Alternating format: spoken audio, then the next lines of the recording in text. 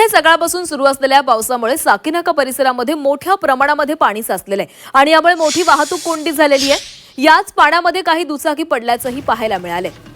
तर मुंबईतल्या अनेक भागांमध्ये पाणी साचलेलं आहे। साकीनाकामधली दृश्य पाहतोय। साकीनाका परिसरात मोठ्या प्रमाणात पाणी साचले, त्यामुळे मोठी वाहतूक कोंडी झालेली आहे। याच पाण्यामध्ये काही दुचाकी पडल्याचंही पाहायला मिळतंय। याचा आढावा घेतलाय आमचे प्रतिनिधी अमोल पेडणेकर यांनी।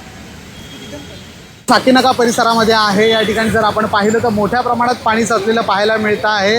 इथले जे नाले आहेत ते ओव्हरफ्लो झालेले आहेत आणि ते संपूर्ण हे पाणी आहे ते रस्त्यावर आलेलं आपल्याला पाहायला मिळतं आहे। त्यामुळे ही संपूर्ण एक लेन आहे ती पूर्णपणे बंद झालेली आहे आणि वाहतुकीवर याचा परिणाम झालेला आपल्याला पाहायला मिळतो आहे।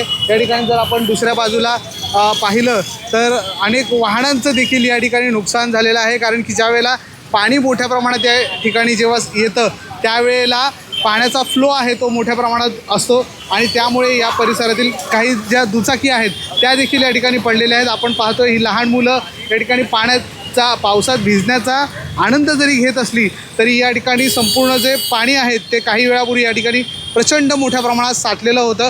पुढेची जी बाजू आहे त्या ठिकाणी 1 ते 1.5 फूट पाणी या ठिकाणी पुढे साचलेलं आहे आणि त्याचा फटका आहे तो वाहतुकीला झालेला आपल्याला पाहायला मिळतो आहे। दरवेळेला साकीनाका परिसर आहे तो नेहमी पाण्याने ओव्हरफ्लो होत असतो। जरा देखील पाऊस पडला तरी इथले जे नाले आहेत त्यांची साफसफाई होत नाही आहे, त्यामुळे या ठिकाणी मोठ्या प्रमाणात पाणी साचतं असं इथल्या स्थानिकांचं म्हणणं आहे। अमोल पेडणेकर, झी मीडिया, मुंबई।